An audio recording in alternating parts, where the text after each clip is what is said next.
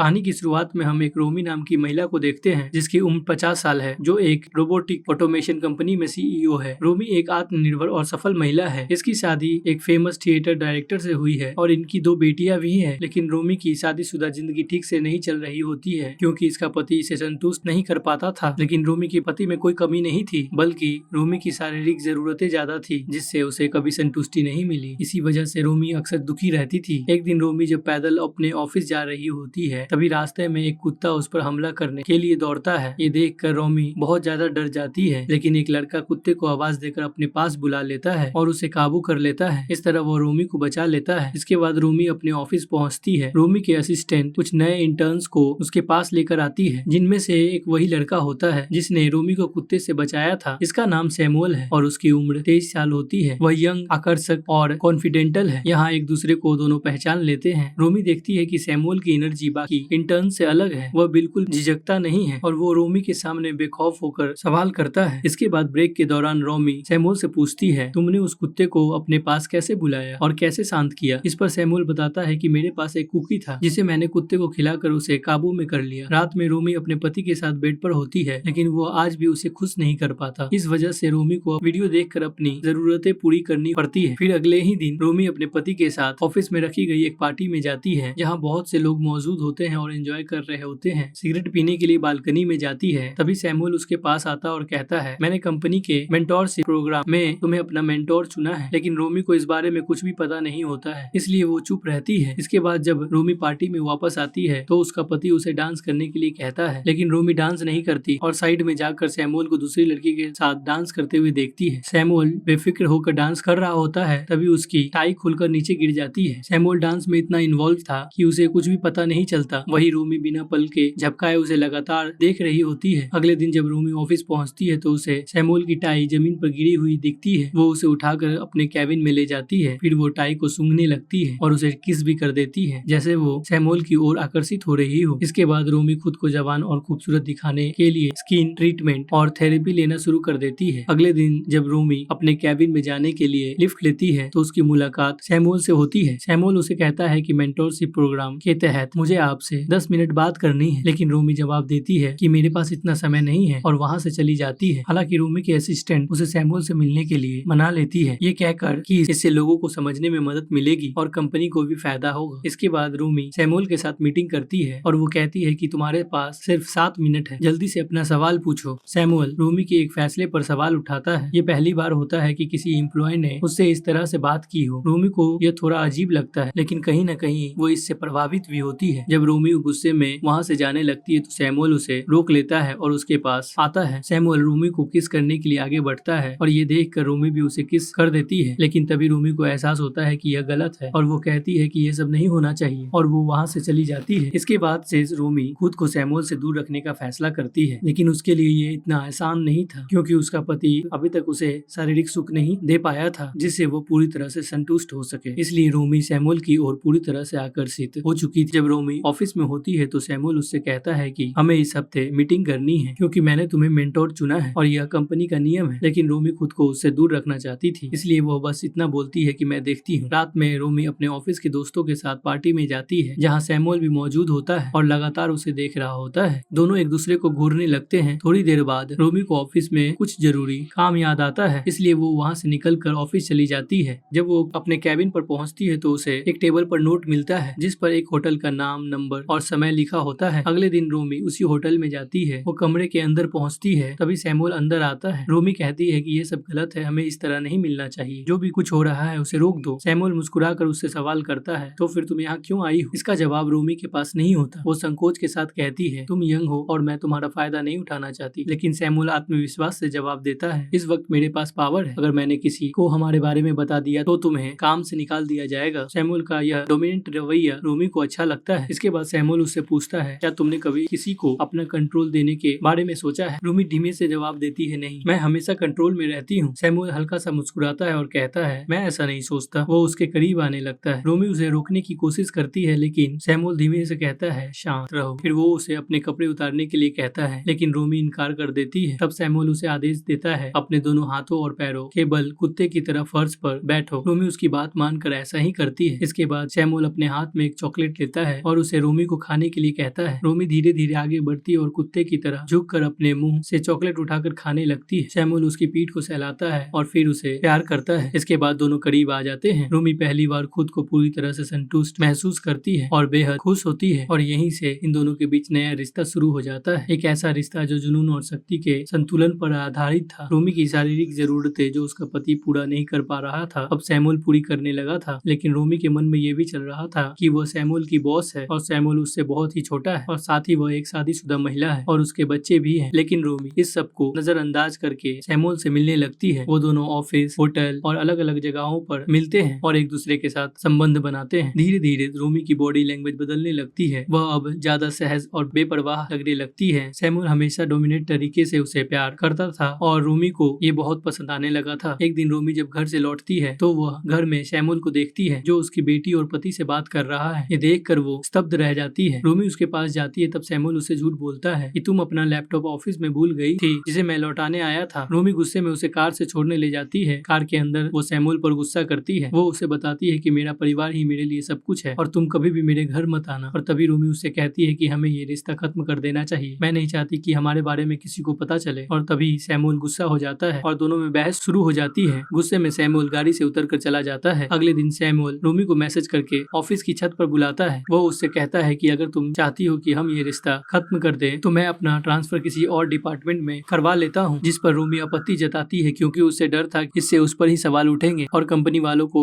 उनके रिश्ते के बारे में पता चला तो रोमी को कंपनी से निकाल दिया जाएगा। रात में रोमी अपने बिस्तर पर होती है और काफी तनाव में यही सब के बारे में सोच रही होती है। जब रोमी का पति उसे प्यार करने लगता है तब वह गुस्से में आ जाती है और अपना पूरा गुस्सा उस पर निकाल देती है। वो अपने पति से कहती है कि तुमने मुझे आज तक शारीरिक तौर पर संतुष्ट नहीं किया। इतना कहकर वह अपने कमरे से बाहर चली जाती है। उसका पति सोचता है कि शायद वह तनाव में ऐसी बातें कर रही है। रोमी हताश होकर बार में जाती है जहाँ सैमुअल पार्ट टाइम काम करता है। रोमी उससे बात करने की कोशिश करती है लेकिन वह उससे कोई बात नहीं करता। अगले दिन रोमी का पति उससे पिछली रात के बारे में पूछता है तब वो कहती है कि उसने गुस्से में ऐसा कह दिया। फिर रोमी तैयार होकर ऑफिस चली जाती है। वो सैमुअल से मिलती है और उससे कहती है कि मैं तुम्हारे साथ अपना रिश्ता जारी रखना चाहती हूँ। तब उससे सैमुअल कहता है अगर तुम ऐसा चाहती हो तो तुम्हें मेरी सारी बातें माननी पड़ेगी। रोमी पहले तो झिझकती है लेकिन सैमुअल के जोर देने के बाद वह उसकी बात मान लेती है। इसके बाद से सैमुअल उसे नियंत्रित करने लगता है। वो रोमी को एक होटल में ले जाता है और कहता है अपने कपड़े उतारो। रोमी उसकी बात मानकर वैसा ही करती है। तब सैमुअल उससे कहता है तुम बहुत सुंदर हो और फिर दोनों क्लोज हो जाते हैं। यहाँ से उनका रिश्ता एक अलग ही मोड़ ले लेता है। सैमुअल डोमिनेट करने वाला बन जाता है और रोमी पूरी तरह से उसके अधीन हो जाती है। सैमुअल उसे जो भी आदेश देता है रोमी एक आज्ञाकारी की तरह उसका पालन करती है। दोनों काफी खुश लग रहे थे। फिर एक दिन रोमी की बेटी की जन्मदिन की पार्टी घर पर चल रही होती है कि तभी घर की घंटी बजती है। रोमी दरवाजा खोलती है और देखती है कि उसकी असिस्टेंट आई है जिसे उसने बर्थडे पर बुलाया था। लेकिन असिस्टेंट उसे अपने साथ सैमुअल को भी लाई होती है। दरअसल सैमुअल और रोमी के असिस्टेंट एक दूसरे को डेट कर रहे थे। रोमी की असिस्टेंट उसे पूछती है कि मैं सैमुअल को लाई हूँ, इससे कोई दिक्कत तो नहीं। रोमी बाहर से तो सहज दिखने की कोशिश करती है लेकिन अंदर से बेहद असहज महसूस करती है। रोमी जल्दी से मैसेज करके सैमुअल को किचन में बुलाती है और उस पर गुस्सा निकालती है। रोमी कहती है मैं तुम्हें किसी और के साथ नहीं देख सकती और तुम किसी और लड़की को डेट नहीं कर सकते, तुम सिर्फ मेरे हो। तभी वहाँ रोमी के असिस्टेंट आ जाती है और रोमी तुरंत चुप हो जाती है और सैमुअल असिस्टेंट के साथ किचन से बाहर चला जाता है। अगले दिन रोमी अपने ऑफिस में असिस्टेंट को अपने कैबिन में बुलाती है और वो कहती है कि तुम इंटेन को डेट नहीं कर सकती क्योंकि तुम उनसे सीनियर हो। अगर तुमने ऐसा किया तो तुम्हारा प्रमोशन रुक सकता है। अगले दिन रोमी असिस्टेंट के घर आ जाती है और वो रोमी से कहती है कि मुझे तुम्हारे और सैमुअल के रिलेशन के बारे में पता है। वो रोमी से सीधे कहती है मैं चाहती हूँ कि तुम सैमुअल से रिश्ता तोड़ दो और मुझे वो प्रमोशन दे दो जो मुझे मिलने वाला था। असिस्टेंट उससे कहती है कि तुम महिलाओं के लिए रोल मॉडल हो, तुमने जिंदगी में बहुत कुछ हासिल किया, ऐसी गलती करके सब कुछ बर्बाद मत करो। इतना कहकर असिस्टेंट वहाँ से चली जाती है। रोमी बहुत ज्यादा तनाव में आ जाती है। उसे कुछ भी समझ में नहीं आता तो आखिर वो क्या करे। जब रोमी का पति घर आता है तो उससे कह देती है कि मुझे बचपन से ही कुछ अजीब ख्याल आते थे, मैं अपनी फैंटेसी पूरी करना चाहती थी लेकिन तुम्हें उनमें कभी भी रुचि नहीं थी। रोमी कहती है कि मेरी शारीरिक जरूरतें थी लेकिन तुम उन्हें भी पूरा नहीं कर पाए, इस वजह से मेरे मन में गलत विचार आते थे जिन्हें मैंने रोकने की बहुत कोशिश की लेकिन रोक नहीं पाई। तभी मुझे एक लड़का मिला जिसके साथ मैंने वो सब किया। ये सुनकर उसका पति अंदर से टूट जाता है। वो पूछता है क्या मैं उसे जानता हूँ। इस पर रोमी झूठ बोलती है नहीं, वो अजनबी था, हम बस एक बार मिले और करीब आ गए क्योंकि मेरी भी शारीरिक जरूरतें हैं। ये सब सुनकर रोमी का पति गुस्से से भर जाता है। रोमी उसे समझाने की कोशिश करती है और कहती है कि मैं तुमसे ही प्यार करती हूँ लेकिन उसका पति चिल्लाकर कहता है कि तुमने मुझे धोखा दिया, एक बार भी बच्चों के बारे में नहीं सोचा। वो रोमी को घर से निकल जाने के लिए कहता है। रोमी रोते हुए दूसरे घर चली जाती है। रात में रोमी देखती है कि पूल में सैमुअल नहा रहा है। वो उसके पास आती है और कहती है कि तुम यहाँ से चले जाओ, लेकिन सैमुअल उसे पानी में खींच लेता है और फिर से वो दोनों एक दूसरे के करीब आ जाते हैं। इसके बाद वो दोनों घर के अंदर होते हैं, तभी अचानक रोमी का पति वहाँ आ जाता है। वो रोमी और सैमुअल को साथ देख कर आग बबूला हो जाता है। वो रोमी को यहाँ से ले जाने लगता है, लेकिन सैमुअल बार बार बीच में आ जाता है, जिससे दोनों के बीच हाथापाई शुरू हो जाती है। रोमी बीच में आकर दोनों को शांत करती है। रोमी का पति सैमुअल से कहता है कि मेरी पत्नी ने अपनी फैंटेसी के लिए तुम्हारा इस्तेमाल किया, लेकिन सैमुअल कहता है कि ऐसा नहीं है। तभी अचानक रोमी के पति को पैनिक अटैक आ जाता है। ये देखकर सैमुअल आगे बढ़कर उसकी मदद करता है और उसे पानी पीने को देता है। उसी पल सैमुअल को एहसास होता है कि वह गलत है। वो रोमी के पति से माफी मांगता है और वहाँ से चला जाता है। रोमी का पति भी ठीक होने के बाद यहाँ से चला जाता है। वहीं रोमी अपने दूसरे घर में अकेली रह रही थी। कुछ दिनों के बाद उसकी बेटी उसके पास आती है और कहती है कि आपके जाने के बाद पापा घर नहीं आ रहे, वो थिएटर में ही रह रहे हैं और उन्होंने खाना पीना भी छोड़ दिया है। रोमी की बेटी कहती है उन्हें आपकी जरूरत है माँ, आप घर वापस चलिए, वो आपको माफ कर देंगे। रोमी अपने पति के थिएटर जाती है। वो उसे देख कर रो पड़ती है और अपनी गलतियों के लिए उससे माफी मांगती है। वो कहती है आपसे ऐसा नहीं हो। उसका पति थोड़ी देर चुप रहता है और गले लगा लेता है। दोनों अपने रिश्ते को एक नई शुरुआत देने का फैसला करते हैं। कुछ दिनों के बाद रोमी ऑफिस में होती है, तभी बोर्ड का एक सदस्य उसके पास आकर कहता है सैमुअल जापान चला गया और वो वहाँ नया काम कर रहा है। वो पूछता है कि सैमुअल के जाने से क्या तुम्हारा कोई लेना देना है। रोमी कुछ नहीं कहती। तभी वो रोमी से कहता है कि मैं आज घर पर अकेला हूँ, तुम आ सकती हो। तभी रोमी समझ जाती है कि उसे उसके सैमुअल के बारे में पता है और अब वो उसका फायदा उठाना चाहता है। तब रोमी साफ साफ कह देती है मैं तुमसे नहीं डरती और तुम यहाँ से चले जाओ। इसके बाद रोमी अपने पति के साथ अपने घर के बेड पे होती है। उसका पति उसके फैंटेसी के अनुसार उसे संतुष्ट करने की पूरी कोशिश करता है और रोमी को ये सब बेहद अच्छा लग रहा होता है और इस पल को वो पूरी तरह से एंजॉय करती है। उसकी कल्पना उसे सैमुअल के साथ होटल के कमरे में ले जाती है, जहाँ सैमुअल रास्ते वाले डॉग के साथ होता है और रोमी डॉग की जगह खुद को इमेजिन करती है, जहाँ सैमुअल उसे प्यार कर रहा होता है। दरअसल सैमुअल से मिलने के बाद रोमी को एहसास हुआ कि जो शारीरिक जरूरतें वो पूरी नहीं कर पा रही थी, वो सैमुअल के जरिए पूरी हुई। सैमुअल ने उसे फैंटेसी का एहसास करवाया और रोमी को सैमुअल के साथ रहते हुए ये पता चला कि उसे प्यार के साथ साथ डोमिनेंट तरीका भी पसंद है, जिसकी कल्पना रोमी ने कभी नहीं की थी। और इसी के साथ ये मूवी यहीं पे खत्म हो जाती है। दोस्तों जाने से पहले प्लीज हमारे चैनल को सब्सक्राइब कर दीजिएगा, इस वीडियो को लाइक भी कीजिएगा और शेयर करना ना भूले। Thanks for watching.